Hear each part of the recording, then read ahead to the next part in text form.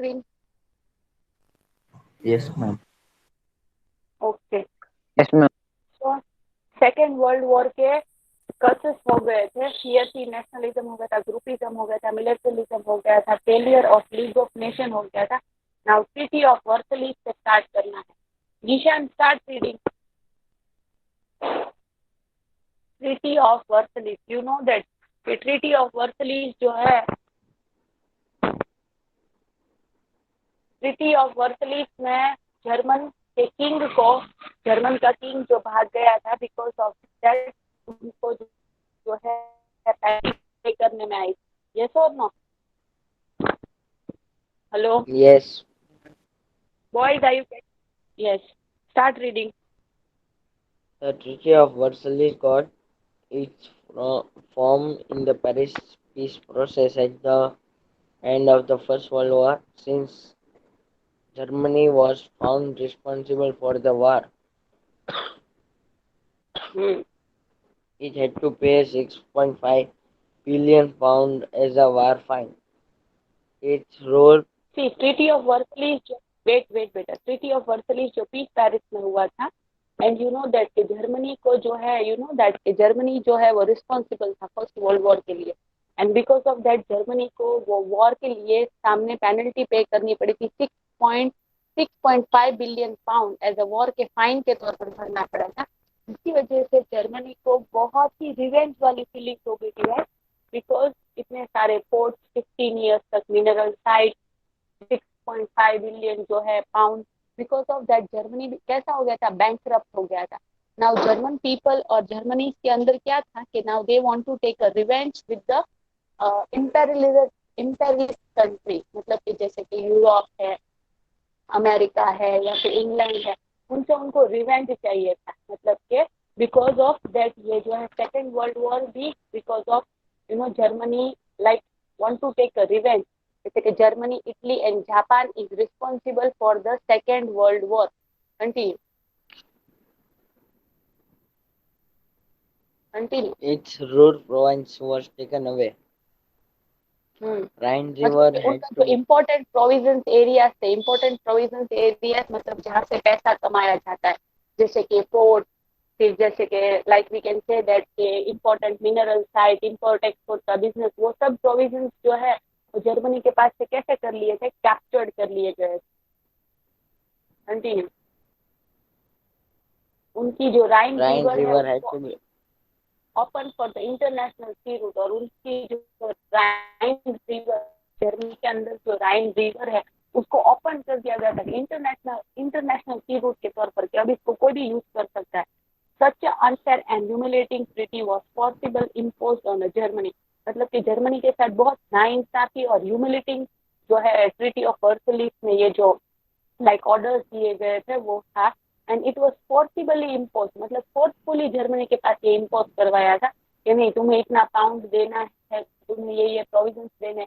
जबकि किंग तो वहां का चला गया था. ये सुनो, the German dictator Adolf Hitler, मतलब फिर जो है जर्मन का लीडर बना Adolf Hitler, he said that कि ट्रीटी ऑफ वर्सली तो क्या है, एक पीस ऑफ पेपर है. वो जो एग्रीमेंट को मैं मानता ही नहीं, वो पीस ऑफ पेपर है, और उसने वो एग्रीमेंट को क्या कर दिया, एंड अनाउंस टू रिजेक्टेड, मतलब कि अब हमको ये कोई ऐसा पीस ऑफ पेपर पे, मतलब कि जो लिखा हुआ है ट्रीटी ऑफ वर्सलिस ने जो फाइन हम पे किया है, we don't want to be a part of it, we are rejecting that treaty of Versailles. और उसके हिसाब से ये ट्रीटी ऑफ वर्सलिस का जो पेपर था वो एक पीस ऑफ पेपर था. Continue. Now imperialistic ambition of Adolf Hitler. Adolf Hitler was the leader of German, और उसको एक imperialist, मतलब कि हर जगह पे उसको अपनी हुकूमत करनी थी, कि अभी बहुत मतलब जर्मनी के साथ जो अनफेयर ह्यूमिलेटिंग हुआ था, तो नाउ ही हैज डिसाइडेड कि जर्मन पीपल्स अब पूरे वर्ल्ड पर जो है क्या करेंगे, हुकूमत करेंगे, लाइक imperialism करेंगे. Hitler laid the foundation of the second world war. Hitler क्या है, he was the lead person, he was the lead person in the foundation of the second world war, because उसने जो है लोगों को ऐसा बोला कि हमें तो हमारा रिवेंज लेना ही है, कि हमारे साथ फर्स्ट वर्ल्ड वॉर में जो नाइंसाफी हुई है उसका.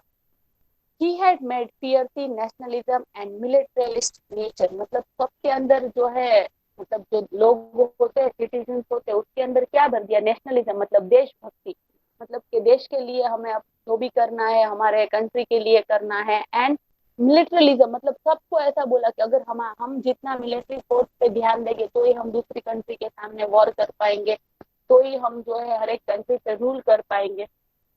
ही wish the unity stability and prosperity of German at any cost, मतलब उसको सिर्फ जर्मनी की यूनिटी चाहिए थी, स्टेबिलिटी चाहिए थी एंड प्रॉस्पेरिटी चाहिए थी, फिर कुछ भी एनी कॉस्ट पे, मतलब कुछ भी हो जाए, सामने कोई जिंदा रहता है, मरता है, वॉर होता है, nothing, but Germany should be at the top he want. और जर्मन के पीपल जो है वो कैसे होने चाहिए, यूनाइटेड होने चाहिए, स्टेबिलिटी होनी चाहिए, प्रॉस्पेरिटी होनी चाहिए।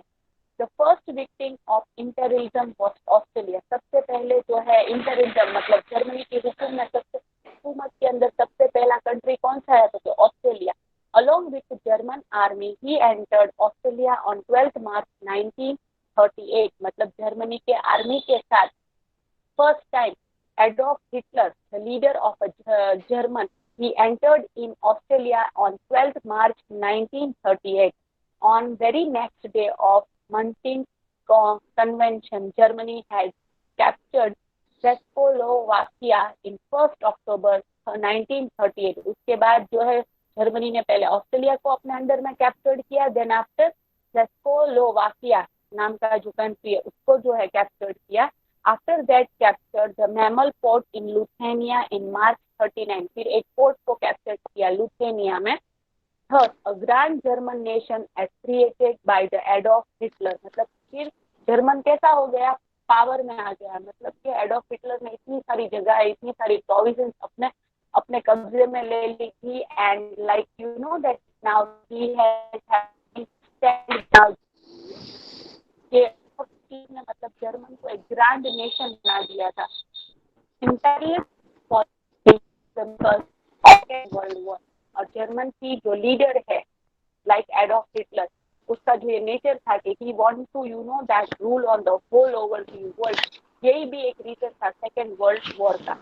German attack on Poland and immediate cause, मतलब जर्मन ने किसके ऊपर अटैक किया था, पोलैंड के ऊपर। पोलैंड एक ऐसी जगह है कि जहाँ पे ऑलमोस्ट टाइम जो है 40, जैसे हमारे यहाँ पे कश्मीर कैसा है, वो उस तरह का आइस कैप वाला एरिया है। टोटली वहाँ पे जो है काफी दिनों तक कभी कभी ऐसा होता है कि सनराइज भी नहीं होता है, but it's very beautiful place. Above the mansion curse has made the whole world to sit and heap of ammunition. A small park will blow up the whole world. मतलब पूरा नेशन एक उसमें था कि एक डर में था कि बस एक अब आशा की उम्मीद आए और सब जो है ये सब चला जाए पूरे वर्ल्ड में से। सबको बस ऐसा था कि अब ये सब खत्म हो। स्पार्क मतलब कि अभी like you know that world war इस जगह पे आ गए कि सबको झगड़ा करना ही था। पर सिर्फ जैसा पता है हम गुजराती में या हिंदी में बोलते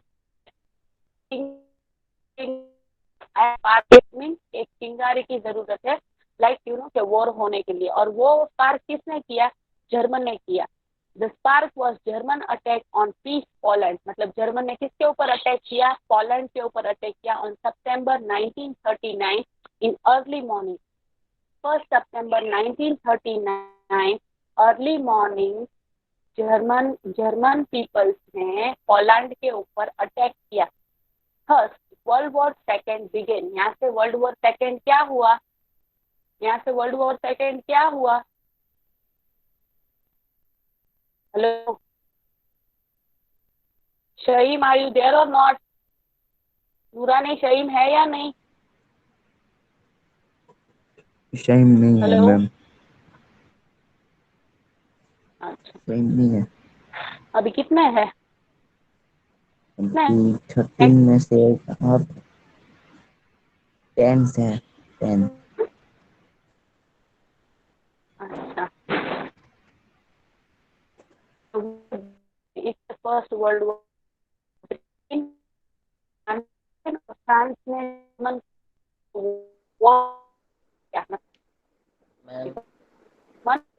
वार्निंग, मतलब कि ब्रिटेन कंट्री ने और फ्रांस ने जर्मन को वार्निंग भी दी कि now you stop this war immediately, but Germany has ignored the warning.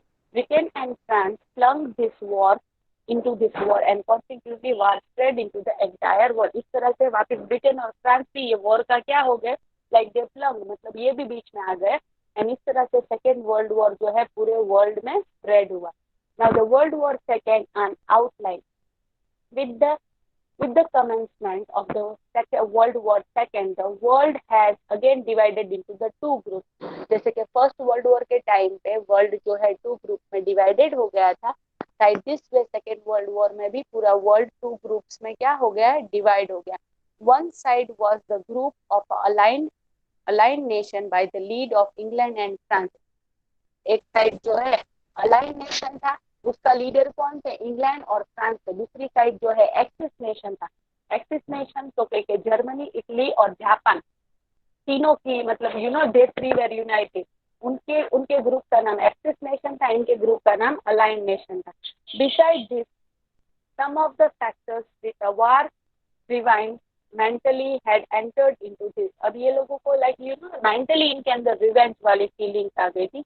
Japan attack on American navy at the Pearl Harbor, मतलब जापान ने अमेरिका के नेवी पर अटैक किया था during the second world war, that was the Pearl Harbor. Harbor मतलब टापू होता है जहाँ पे वो नेवी होते हैं, पता है ना, सी के नेवी जिसको बोलते हैं, सी साइड नेवी, ओशन के नेवी, उस पर अटैक किया। As a result America has given a neutral stand and but obvious America जो है उनको सामने ऐसा जवाब तो देगा ही। It joined the aligned nation, thus making it stronger. When the war was going full swing, America dropped atom bombs. America ने फिर एटम बॉम्ब डाले थे किसके ऊपर, on Japan two cities, Japan के टू सिटीज के ऊपर अमेरिका ने एटम बॉम्ब डाले थे, Hiroshima and Nagasaki, in order to stop Japan from moving further, कि जापान और ज्यादा आगे ना बढ़े। दैट्स व्हाई अमेरिका ने 2 एटम बॉम्ब अटैक किया था जापान के 2 सिटीज में, that was Hiroshima and Nagasaki, in order to stop Japan from moving further. 1,24,000 Japanese lost their life and there was an absolute destruction. मतलब ये Hiroshima और Nagasaki पे जब ये अटैक हुआ था, eight that time 1,24,000 Japanese people की death हो गई थी और ये बहुत बड़ा डिस्ट्रक्शन हुआ था जापान में। जापान सरेंडर एट 11 अगस्त 1945 and the world war came to end. इस तरह से जापान ने सरेंडर कर दिया फिर, क्योंकि हिरोशिमा और नागासाकी पे जो इतना बड़ा बम ब्लास्ट किया था अमेरिका ने, क्योंकि सबसे पहले जापान ने स्टार्टिंग की थी किसके ऊपर, बम ब्लास्ट करके, अमेरिका के नेवी के ऊपर। तो यहाँ पे उन्हें तो सिर्फ नेवी जो जितने थे उतने की डेथ हुई थी, पर यहाँ पे तो 1,24,000 जापानी के जो सिटीजन थे उनकी डेथ होगी। That's why Japan surrender. Understand?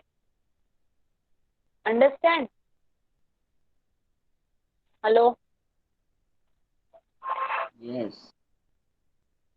Okay, now see, ये तो यूनाइटेड नेशन जो है ना वो तो लोगों को इजी होगा, बिकॉज ये हमने पता है ना, ये लाइक 8th स्टैंडर्ड में यूनाइटेड नेशन वाला लेसन आया हुआ है, क्योंकि इकोनॉमिकल इफेक्ट्स और वो सभी थोड़ा डिफरेंट था आगे का वर्ल्ड वॉर का। और ये तो तुम्हें लाइक 8th स्टैंडर्ड में तुमने पढ़ा हुआ, ये थोड़ा अलग है, बाकी का तो सब 8th स्टैंडर्ड में था वही। Effects of the world war second, effect क्या हुई थी, इकोनॉमिकल इफेक्ट। सबसे पहले तो पैसों की इफेक्ट बहुत ज्यादा थी, क्योंकि सब कंट्री इकोनॉमिकली जो है बहुत डाउन चले गए थे। वाई? बिकॉज बहुत इकोनॉमिकल, एक मिनट,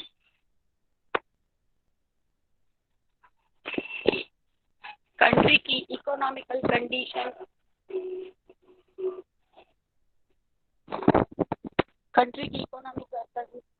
हर एक पूरे वर्ल्ड में बहुत डाउन चली गई थी because of this both the world war. This world war has caused a horrendous destruction in the world. All the involved in the nation has incurred a huge expense। मतलब जितने भी nation ये जो part थे world war के, भले दोनों group में थे, some of the nation was at the aligned group and some of the nation was a part of a axis group, but सब नेशन को बहुत ज्यादा ह्यूज एक्सपेंसेस बेयर करना पड़ा था। America had spend $50 billion and other nation has spent more than $1,000 billion. मतलब war के time पे अमेरिका के $350 बिलियन खर्च हुए थे, जबकि बाकी सब नेशनों के $1,000 बिलियन खर्च हुए थे. Property worth the same has been destroyed. Even properties भी डिस्ट्रॉयड हुई थी because of but obvious war होगा, बम ब्लास्टिंग होगा, तो जितनी प्रॉपर्टी है वो भी डिस्ट्रॉयड हो गई थी. England lost its property for 2000 crore about and about the Germany one can not image. मतलब इंग्लैंड को कितना बेर हुआ था, तो कहीं इंग्लैंड ने अपनी प्रॉपर्टीज को लॉस कर दिया था. कितनी प्रॉपर्टी लॉस की थी, तो कहीं 2000 करोड़. जबकि जर्मनी का तो हम लोग सोच भी नहीं सकते, उतनी खराब हालत हुई थी, क्योंकि फर्स्ट वर्ल्ड वॉर के भी टाइम पे इतनी खराब हालत हुई थी, सेकेंड वर्ल्ड वॉर के टाइम पे भी इकोनॉमिकल कंडीशन जर्मनी की इतनी ज्यादा रुइन हुई थी. The nation of the world gave more importance to the production of arm and ammunition. So the scarcity of a thing for a basic needs production reduced and inflation. Inflation मतलब price rise हो गया. Inflation increase, people were struggling for a livelihood. अब scarcity बढ़ने लगी. Scarcity मतलब कमी, खाने पीने की चीजों की, जो हमारी डेली नीड्स होती है वो सब चीजों की कमी होने लगी because of this world war. Even production जो है, मतलब जो भी चीजें मैन्युफैक्चर्ड होती है कंपनीज एंड इंडस्ट्रीज में, वो रिड्यूस हो गई. इन्फ्लेशन मतलब होता है प्राइस राइज. प्राइस राइज हो गया एंड पीपल जो है वो स्ट्रगल करने लगे to just leave that livelihood, किस तरह से जिंदगी का गुजारा करना, बिकॉज पैसे की कमी है, भाव बढ़ गया है, लाइक प्राइस राइज हो गया है, they are not getting employment, so the people were suffering a lot. There was a scarcity of necessary goods in the market, और मार्केट में भी जो नेसेसरी मतलब जो जीवन जरूरियात चीजें होती है उसकी भी स्कैर्सिटी हो गई, मतलब कमी हो गई. तो इकोनॉमिक वॉज शैटर्ड. तो कैसे हो गए थे, टोटली शैटर्ड. नॉट कहीं पे भी एक you know that not getting a income of like पैसे की कोई इनकम ही नहीं है. अभी इनकम कहाँ से आएगी, ऐसा पैसा कहाँ से आएगा घर में. As a result, the nation of a world were pushed into a economical depression. जिसकी वजह से whole nation economical depression के crisis में चला गया था. This was the major change world political and economic. ये सबसे बड़ा major change था. Are you getting my voice properly? Boys? Yes, ma'am. Boys? Okay. Yes, ma'am. नूरानी तू एक ही है बेटा, तू एक ही है, ये बाकी के चीज सब आईडी शुरू रखते चले गए. Others are there or not? Yes, ma'am. Yes, ma'am. Fazil is there. Okay. Communism in China. Communism in China. Many nations of the world were impressed by the Russia had made the fast progress with the communist measure with the Bolshevik revolution. The Bolshevik revolution जो first में था, जैसे कि first world war में था, उसके बाद Russia ने काफी जो है अपने नेशन को प्रोग्रेस किया था, फास्ट प्रोग्रेस किया था, जिससे सब ने all over the countries in the world were impressed by the Russia after the Bolshevik revolution. China too was impressed, मतलब चाइना भी जो है वो इम्प्रेस हो गया था. Japan had become weak after the second world war. अब but हो गए, जापान की कंडीशन सेकेंड वर्ल्ड वॉर के बाद कैसी हो गई थी, एकदम week, because of that bomb blast, because of that atomic bomb blast on Hiroshima and Nagasaki. Japan की जो इकोनॉमिकल कंडीशन थी वो टोटली कैसी हो गई थी, वीक हो गई थी.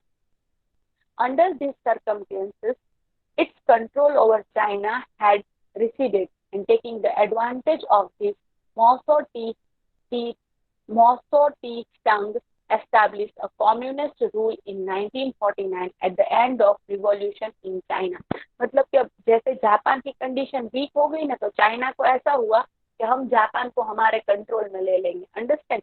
जैसे कि उसका एडवांटेज लेने का किसने सोचा, मो ईस्टैंग ने. बट इट वाज लाइक के कम्युनिस्ट रूल चलेगा अब यहाँ पे 1949, बट उसका एंड हो गया रिवॉल्यूशन इन चाइना, जबकि वो जापान पे कंट्रोल अपना नहीं ला सके.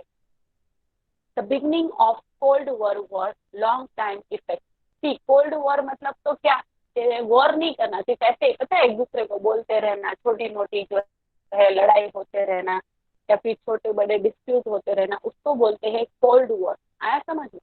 कोल्ड वॉर मतलब कैसा वॉर कि जिसमें जंग ना हो। जैसे कैसी दो लड़के हैं, वो एक दूसरे को सिर्फ दूर बैठे बैठे एक दूसरे को बोल रहे हैं, या तो एक दूसरे की बात में बीच में एंटर्ड हो रहे हैं, this is called a cold war. Understand? कि वो लोग एक दूसरे के साथ फाइटिंग करने पे आ जाएंगे, then we can say that कि वो that is a different scenario. But when the two peoples or the two countries just having a dispute on the matter, it's called a cold war. Now, the beginning of a Cold War. After the First War, after the World War II, the world was divided into two groups. That is the superpower, that is America and Russia. मतलब world war के बाद जो है country फिर the world was divided into two, मतलब फिर से world two categories में डिवाइड हो गया। मतलब सुपर पावर, दो सुपर पावर कंट्री थे उस टाइम पे, concept of America and Russia. During the war both of the Nations were friends. पर जब वॉर चल रहे थे तब रशिया और अमेरिका कैसे थे? फ्रेंड्स थे। But war, the differences opinion between them went and increased। अब वॉर के टाइम पे दोनों के जो डिफरेंस व्यूज थे और डिफरेंसेस जो ओपिनियन थे, जिसकी वजह से दोनों के बीच में कैसा हो गया? फ्रेंडशिप टूट गई और डिस्प्यूट स्टार्ट हो गया। और दोनों ही कंट्री कैसे है? Super power country, it means economically strong compare to other countries in the world. Thus, the democratic America and communist Russia become mutually opposite group। जैसे ही डेमोक्रेटिक रशिया, डेमोक्रेटिक मतलब democratic America मतलब कि यहाँ पे लोकशाही की तो ऐसे अपने अलग तो other small nations of the world joined the two groups according to their convenience। मतलब कि फिर बाकी के जो छोटे छोटे नेशंस होते हैं जो इकोनॉमिकली इतने ज्यादा स्ट्रॉन्ग नहीं होते, जिनको रशिया को ज्वाइन करना था उन्होंने रशिया को ज्वाइन किया, जिन्होंने अमेरिका को ज्वाइन करना था as per their convenience they join America. The war of word and the war of ideology that both superpower initiated in order to support or oppose each other opinion and created the atmosphere of the Cold War। Cold War मतलब कि दोनों के opinions जो हर एक बात को लेकर अलग हो रहे थे, दोनों के ओपिनियंस जो है like you know that their idea was of a world war। इस तरह से दोनों सुपर पावर कंट्री को लाइक यू नो कि उन अलग उनको जो है डिफरेंट सपोर्ट और डिफरेंट अपोज जो है हो रहा था, जिसकी वजह से एटमोस्फियर ऐसा हो गया कोल्ड वॉर के जैसा। मतलब दोनों कंट्री वॉर डिक्लेयर नहीं कर रही है, बस दोनों के ओपिनियन हर एक बात को लेकर अलग आ रहे हैं, जबकि दोनों सुपर पावर कंट्री थे और वॉर के टाइम पे दोनों कंट्रीज एक दूसरे के फ्रेंड्स थे। But now they are divided। Many times the situation of a third world war seem to be created। कभी कभी because of United Nation, ये जैसे कि 8th स्टैंडर्ड में आया था, because of United Nation after the Second World War, United Nation जो है वो बनाया गया जिससे वर्ल्ड में पीस मेंटेन हो। जैसे कि फर्स्ट वर्ल्ड वॉर के बाद लीग ऑफ नेशन क्रिएट किया था इन 1920 ताकि सेकेंड वर्ल्ड वॉर ना हो, पर लीग ऑफ नेशन फेल हो गया एंड सेकेंड वर्ल्ड वॉर हुआ। But after the Second World War, the United Nations has been organized। United Nation it means यहाँ पे पीस पूरे वर्ल्ड की जो है वो मेंटेन की जाएगी। जो भी कंट्रीज यूनाइटेड नेशन का पार्ट है वहाँ पे उनकी हेल्थ, उनकी इकोनॉमिकल कंडीशन, पीस वो सब मेंटेन रखते हैं। ये जिम्मेदारी यूनाइटेड नेशन की होती है। अंडरस्टैंड? यस और नो? जैसे कि 8th स्टैंडर्ड में हमने लर्न किया था कि अगर कोई कंट्री इकोनॉमिकली जो है पीछे है तो यूनाइटेड नेशन उनको सजेस्ट करती है कि आप अपनी ये फील्ड को प्रोग्रेस करो, इस कंट्री के साथ अपना बिजनेस करो ताकि जो है तुम इकोनॉमिकली ऊपर आओगे। अगर दो कंट्री कोई पार्ट है यूनाइटेड नेशन का और दो कंट्री के बीच में कोई डिस्प्यूट है तो वो डिस्प्यूट भी यूनाइटेड नेशन जो है वो सॉल्व करेगी। Are you getting my point? Are you listening or not? Yes, ma'am. Boys.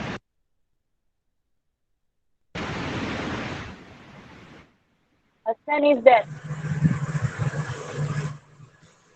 Hassan है? Fazil? नहीं है ma'am. Fazil, Abdul Kadir, ma'am yes ma'am. Abdul Kadir है। Start reading. At the end of the First World War.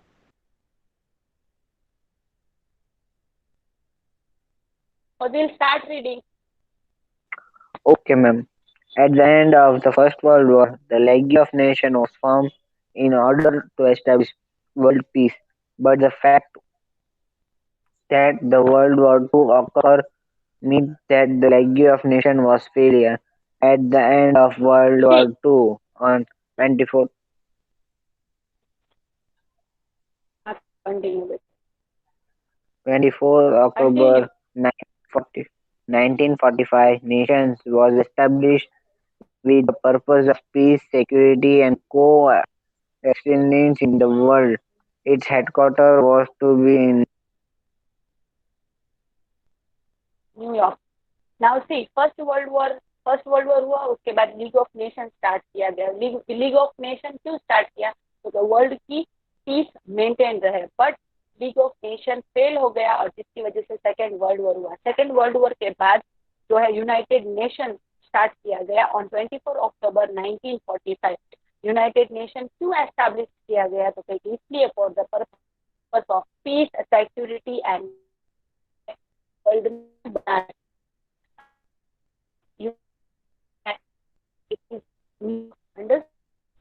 New York के अंदर जो है headquarter, जितने भी कंट्रीज यूनाइटेड नेशन का पार्ट होते हैं उनके फ्लैग यहाँ पे लगाए जाते हैं. तुम्हें जैसे 8th स्टैंडर्ड में समझाया था, याद है ना ये लेसन? ये पूरा का पूरा जो 8 में जो लेसन समझाया था ना यूनाइटेड नेशन का, वही का वही है. याद है?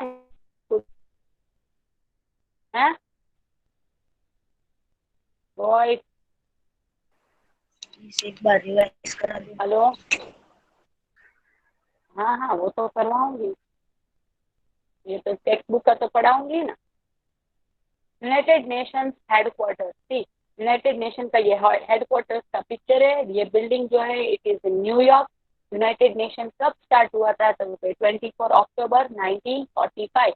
ताकि अब आगे जाके सेकेंड वर्ल्ड वॉर के बाद ये स्टार्ट हुआ था, ताकि आगे कभी भी फ्यूचर में वॉर ना हो. Continue. Continue.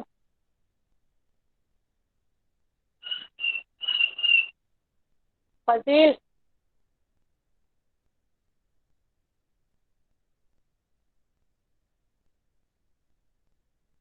Fazil, are you there or not?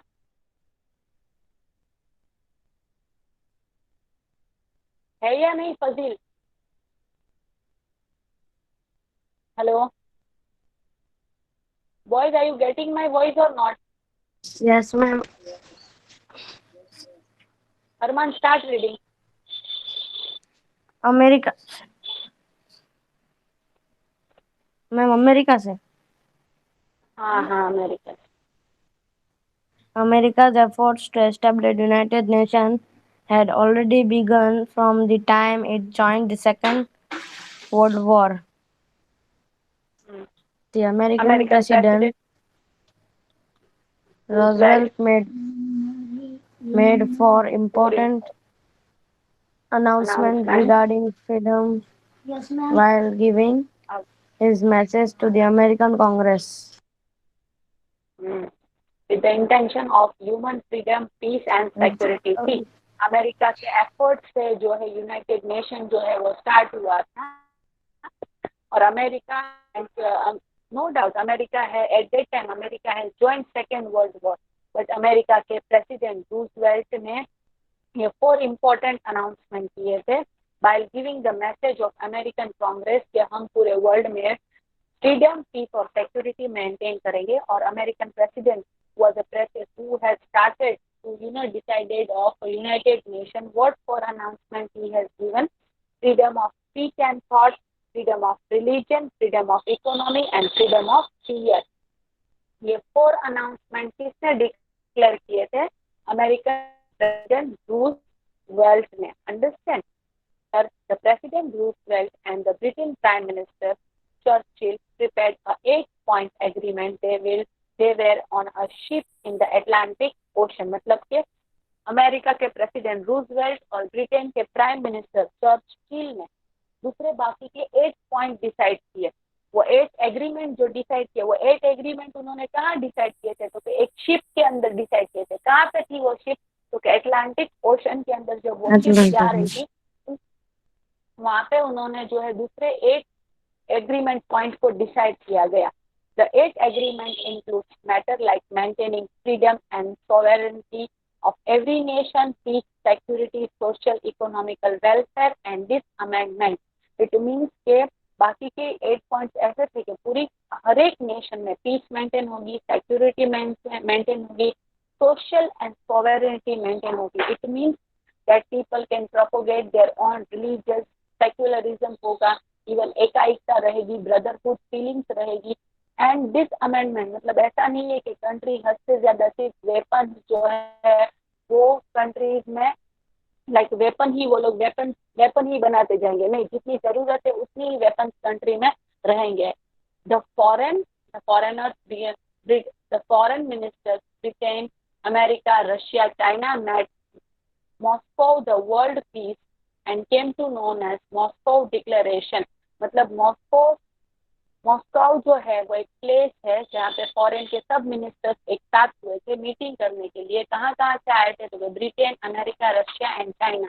और जिसकी वजह से मॉस्को नाम भी क्या देने में आया? Moscow declaration. In 1943 power had in conference Tehran। मतलब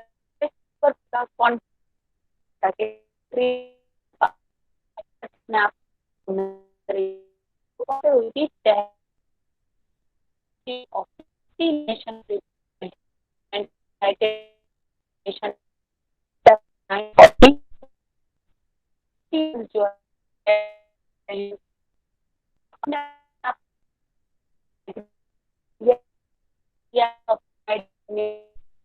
मतलब क्या क्या चाहिए भाई कि हम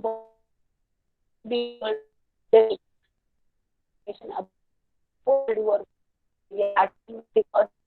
एंड सेकेंड वर्ल्ड वॉर हुआ 1940 के बाद कोई भी world war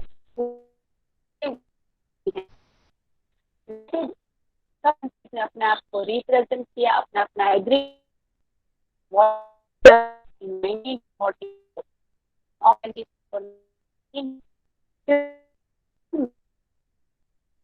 and the establishment of United Nation। मतलब यूनाइटेड नेशन का एस्टेब्लिशमेंट कब हुआ? तो अक्टूबर 1945। कितने मेंबर्स यूनाइटेड नेशन का पार्ट हुए? तो 51 मेंबर्स जो है यूनाइटेड नेशन का पार्ट हुए।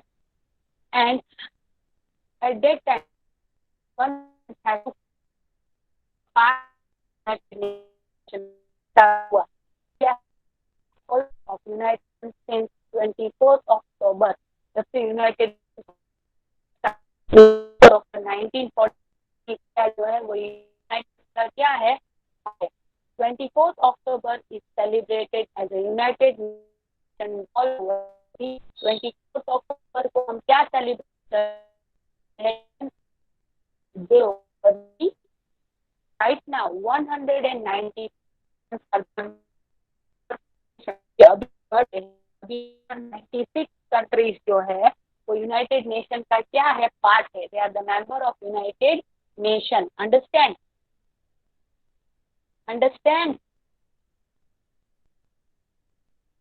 Hello Yes, boy. ma'am. अभी थी स्टार्टिंग में कितने मेंबर्स थे यूनाइटेड नेशंस के? स्टार्टिंग में कितने मेंबर्स थे यूनाइटेड नेशंस के?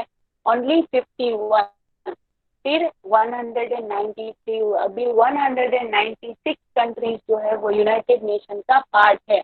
Now the organs of United nation. Organs मतलब के जो मेन ऑर्गन्स है जिसकी वजह से पूरा का पूरा यूनाइटेड नेशंस जो है वो वर्क करता है। किस तरह से वर्क करता है, कैसे वर्क करता है, किस एस्पेक्ट से, मतलब हर एक डिपार्टमेंट्स होते हैं। तो see there are the 6 main organs of United Nation. ये 8th स्टैंडर्ड में पता है क्वेश्चन आंसर भी था। how which are the which are the six main organs of United Nations: General Assembly, Security Council, Economical and Social Council, Trusteeship Council, and International Court of Justice and Secretariat. These are the six main organs of United Nations. इनका काम क्या है? तो ये different department है, ये सब पूरी कंट्री की इकोनॉमिकल एंड सोशल काउंसिल है। उनका काम क्या होता है कि जितने भी कंट्रीज जो इसके पार्ट है उसको इकोनॉमिकली ऊपर लाना। फिर जनरल असेंबली है, तो जनरल असेंबली जहाँ पे होती है, फिर दिस इज द प्लेस, यहाँ पे जनरल असेंबली होती है। You can see in the picture, यहाँ पे जनरल असेंबली होती है। यहाँ पे जितने कंट्रीज इसके मेंबर्स होते हैं वो यहाँ पे जाते हैं मीटिंग में। International Court of Justice is situated at The Hague in Netherlands. All other council is situated in New York in America. मतलब कि बाकी की टोटल 6 ऑर्गन है यूनाइटेड नेशन के, तो उसमें से जो है एक हॉग ही है जो नेदरलैंड के अंदर है। सिर्फ एक ही international court of justice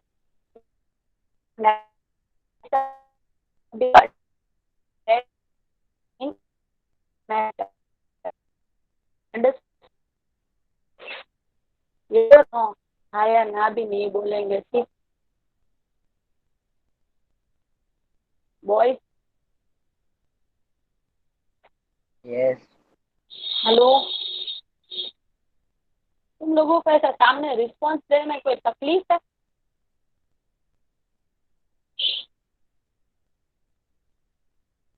Activities of organ of United Nations.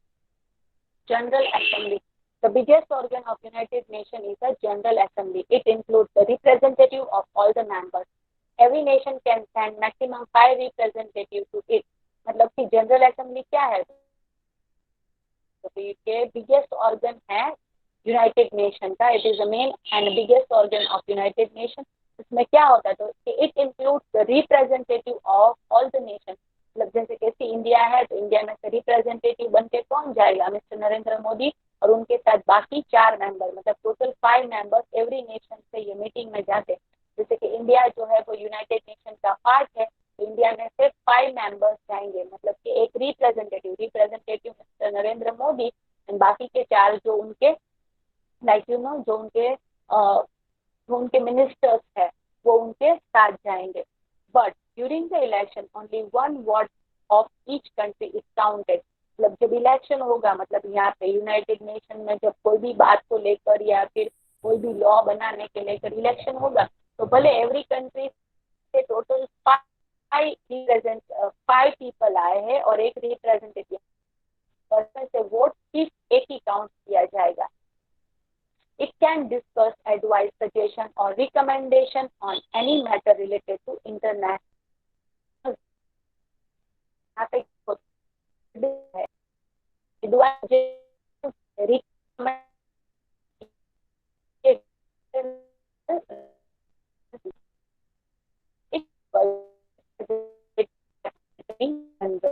Budget maintenance and all the expense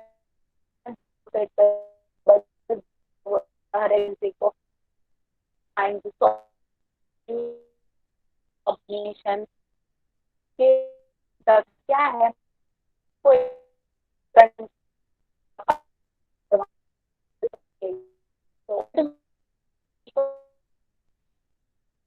related